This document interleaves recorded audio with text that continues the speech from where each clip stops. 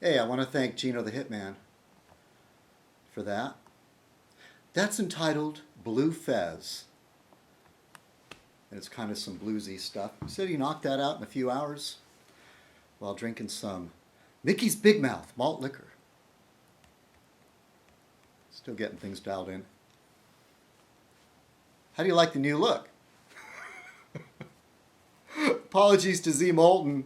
Z Moulton's rot. I'm really not ripping you off. I'm trying to go for a Doctor Who kind of thing. Yeah. All right. Rest your little heads on your pillows and let the smooth velvet voice of Citizen Kong put you to sleep. Should I speak like this in a half whisper to make things even more soothing?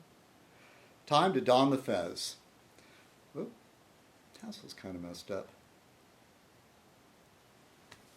Greetings, fellow citizens. This is Citizen Kong, and welcome to another Fez Night. Tonight's Fez Night should be called Fez Who. All right.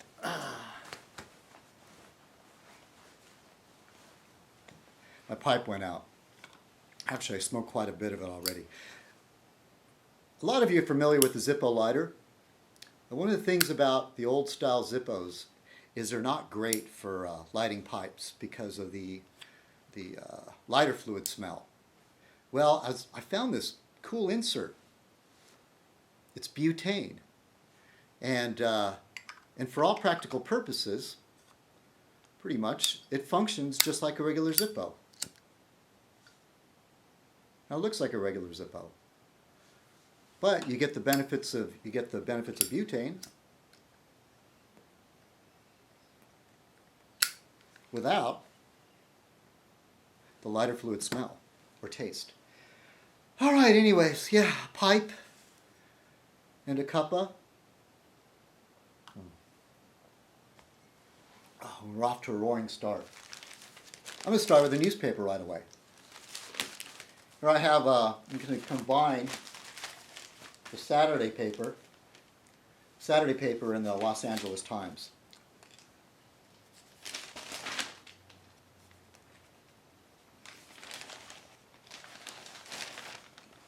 Well, as usual, there's lots of world unrest.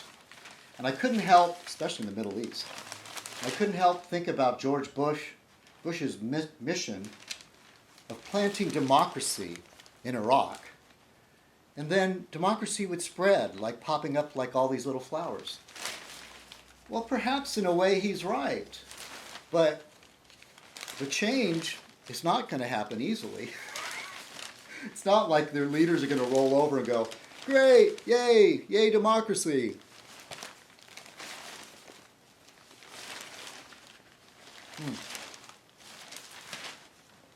All right, I'm going to put this foolish pipe down.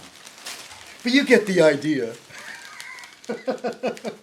trying to create an academic feel to Fez Night, huh? Even though I never finished college, huh? All right, so let's see. China's footprints spreading across Nepal. I think there was something else in here. Okay, this is the Sunday part. Rustle, rustle, rustle. Pages rustle.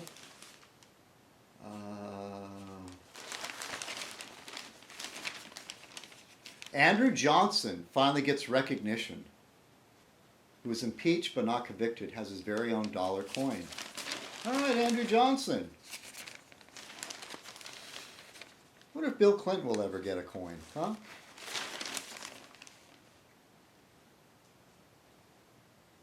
A nod to the Confederacy in Alabama. Confederate descendants and reenactors dressed in soldiers' uniforms and hoop skirts marched down the main avenue in Montgomery to mark the 150th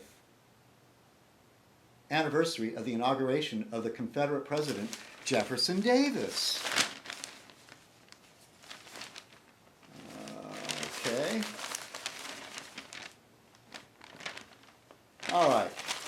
Done with this section. Hey, look at the hot model on the Calvin Klein ad. All right. Here's the calendar section, the Sunday Times. Yeah, we're off to a roaring start here, aren't we? There's a section I like called underrated and overrated. Overrated, Larry the Cable Guy, historian. Overrated, the Bieber backlash. Oh, underrated, Sean Rose Magic. I don't know who that is. And then underrated, Brothers at War. Don't know what that is either. The only thing I kind of knew was just that one. All right.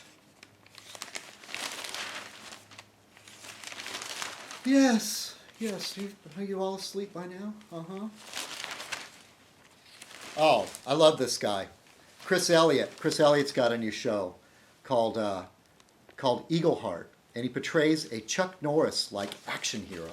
There he is wearing a cowboy hat and a leather vest. Now I get confused who's which is which, but Chris Elliott is the son of one of the guys from the comedy duo, Bob and Ray. And I know Monk can tell me who that is, or Stan could. Bob and Ray. So Ray Elliott? I don't know whose name came first, but I'm guessing it would be Ray's son. And look who's back. Linda Lavin is in a play. Remember Linda Lavin from Alice? Kiss my grits. And I've read a few of T.C. Boyle's novels. I really liked the movie they made from one of his novels, The Road to Wellville. And a couple of novels I read, but the titles escape me. One was about the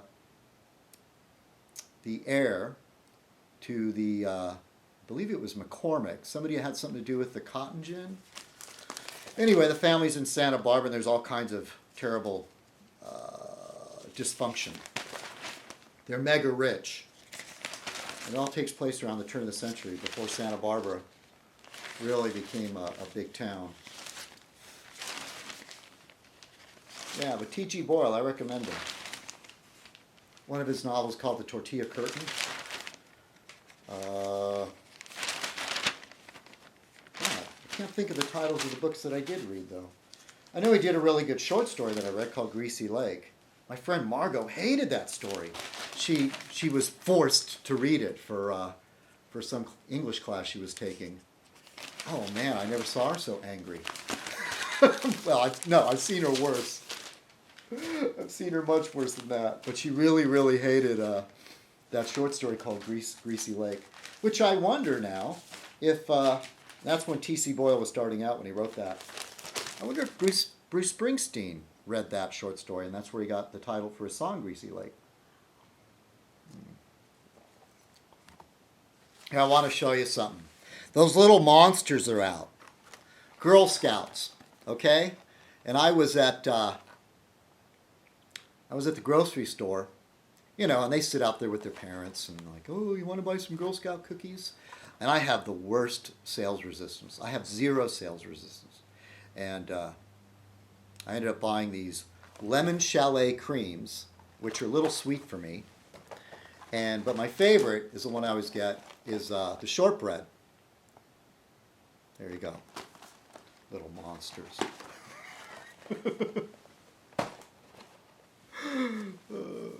One of the girls was kind of cute though, because I was trying to joke around, and they gave me a free sample. That was the lemon chalet creams, and I said, "Don't I get a cup of coffee or a glass of milk with this?" She said, "You do if you buy 20 boxes." She came up with that, just like that. Little monsters.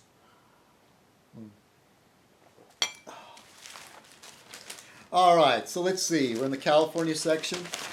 Yeah, some of you notice I'm starting out with the newspaper. That way I can put, well, I guess, put that out of my way. Maybe the Fez Night will go faster if I get this out of my way before I get going here. I think the pipe calmed me down a lot too. In case any of you noticed, last Fez Night, I started at 12 o'clock and it took me till 10:30 because of technical difficulties to finally finish. getting it all posted and done to where I could just chill out. And sure, like, I can do other things while the video's rendering and it's uploading. You know, and a 40-minute video takes a long time to upload. And so I can do other things. It's not like I'm tied to the computer all day. But it's frustrating, the whole process taking so long. Here's something in the business section Saturday. And I thought, here's a sign of the times. Tough times in Beverly Hills as official greeter gets pink slip. Now here's a guy, his job was to stand out there in Beverly Hills and say, "Welcome to Beverly Hills, you have arrived." Excuse me. There's a picture of the guy. His top hat and tie and red jacket. Red, was it? I guess you'd call that a waistcoat. And look, they've made a play in London about Anna Nicole Smith. It's actually not a play, it's an opera. It says, yes, Anna Nicole is tawdry, but it's also quite entertaining. So the opera that was made about Anna Nicole actually got a good review. So if any of you are in London, be sure to check it out. Notice, I blow. My enemy's going to use that. Fine. But rather than licking my thumb, which I think is gross, I give it a puff of air to separate the pages. Yes, indeed. That's just a little hint there for people that still read the newspaper. Okay, this is interesting in this column here. A GOP fan of PBS and NPR. So great, that's pretty rare. It's this is not a funny thing about the public broadcasting fan gushing to me over the phone. This was not some Birkenstock wearing yippie, but David Dreyer, the San Gabriel Valley Republican, who is the new chairman of the Rules Committee in the House of Representatives. And he says probably now's, or was it ever, not a good time for a Republican to talk about his love for NPR and what was the thing? Oh, what's one of my favorite ones? This American Life? I think that's what it's called. That's one of the best. That's one of the best ones. Let me skim down here. I know he mentioned it. Oh, okay. Maybe it's on the front page. Sorry about this. I should have circled that. Well, anyway, I think it's called This American Life. I haven't listened to it in quite a while. Since I don't drive around anymore, really. But one of the things here, it says under the caption, Republican, or is it Representative? David Dreyer says, yeah, to be Representative. Representative David Dreyer says non-taxpayer sources of funding are needed for public broadcasting. Non-taxpayer funded. So that means that corporations will fully fund PBS and NPR. Don't we already have corporate media enough already? That's like the bookend kind of like government funded by taxpayer money, where there's sort of like eggheads are overseeing it, and not what we already have on most everything else. Most everything else is revenue supported. I still think when I was a kid, my mother, well, I don't think I would call a communist. Maybe that's how I turned out this way. I know my dad was a social democrat, big time. And it was also, I raised in a household that was very anti-racist. And after all, I came from a mixed marriage, especially in those days. Ever see that movie Giant, where the Dennis Hopper character marries a Mexican woman, and then the racism that they encounter later in the movie? Yeah, Texas. What a state. But I know my dad was, I've said this before, was a fan of Franklin Delano Roosevelt and the music of Woody Guthrie. One week I was talking about the differences between these two songs about America. Woody Guthrie's This Land Is Your Land, This Land Is My Land, and Irving Berlin's America the Beautiful. And those two songs speak to a different kind of America. Irving Berlin, who rubbed elbows with rich people, and it's sort of like a different feel, like more in awe of this country. And Woody Guthrie's is basically, we're all Americans, and it's not about ownership and taking all you can grab. My dad once said, among a few other things, he said,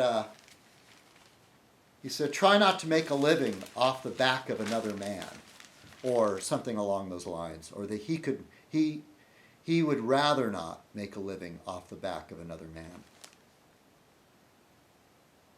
Which I think is a nice goal, but it's pretty hard in practicality, in the real world, to do that all the time. But I guess it's, if you're going to have people working for you, be fair to them. Don't exploit them. It says here, so this is more, I don't know if this is up to date. Well, I guess it's predicting a subdued Confederate anniversary. The original Capitol marks Jefferson Davis's swearing in with ambivalence.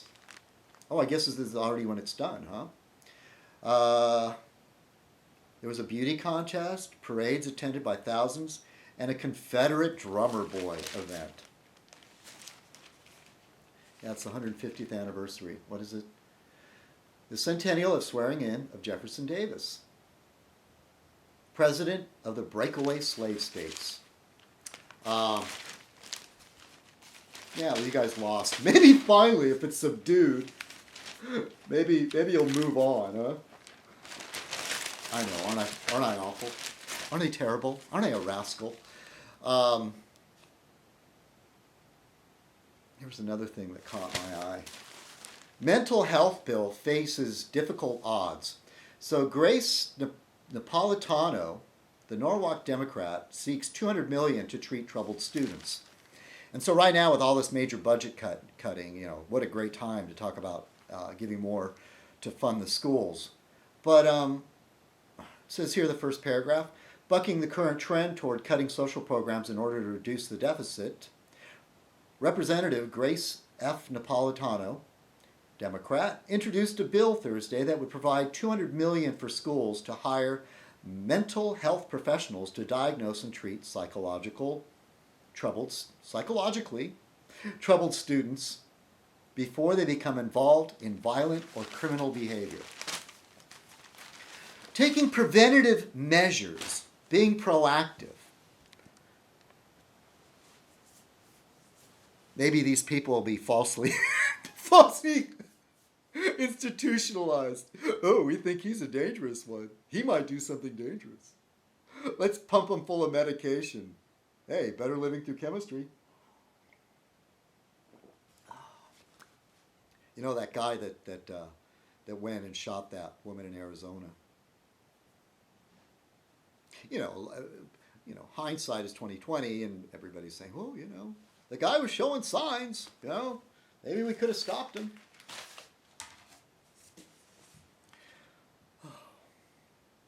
Did I thank Gino? Hey, Gino. Yeah, thanks for writing another song and dedicating it to Fez Night.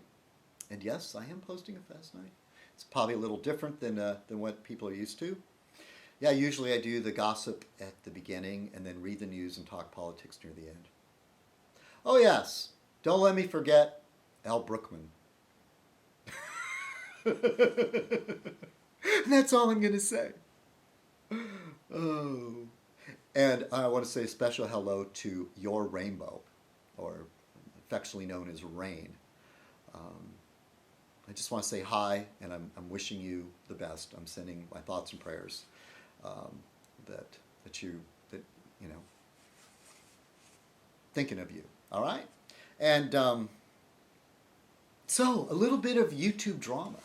Well, I don't know everything that's going on with Torp. Torp, if you want me to talk about you on Fez Night, unblock me. Oh, and Shayna's posted these videos, but I haven't left any comments. She didn't block me. But I guess I don't want to start anything with her. Yeah, maybe I should stop going around starting stuff with people, huh? Yeah. Drink some more tea. Should I have one of these cookies? Should I eat on camera? These are one of the lemon chalet creams. Mmm. Mmm. A little sweeter than I like with tea. That's why I like the shortbread, and you can dunk it.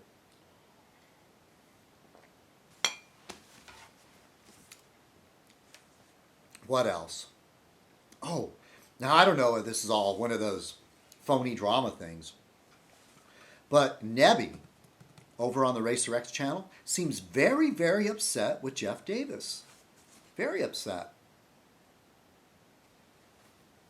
And this is all over Real Man being made the mop of the network of evil.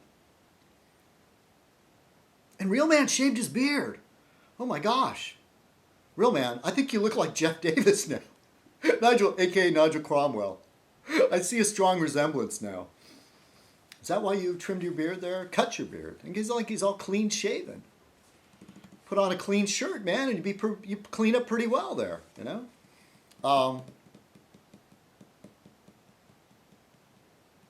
Did I tell you the name of this Fez Night is Fez Who? Did I forget that at the beginning? Oh, you know, I told you that. My note says Jeff and the Mop. So Racer is really upset with that because he doesn't like Real Man. Real Man took credit for bringing down the Nebbish Nose channel. And Nebby made a video about me, but he took it down before I could see it. And a lot of people were, no, you didn't want to see it. He was just ranting and raving. But still, I was curious. And what else? Yeah, Jeff made a response video. The thing about Nigel Cromwell is you never know, especially with Jeff and Riley. And I'm tired of it. I'm tired of the gotcha.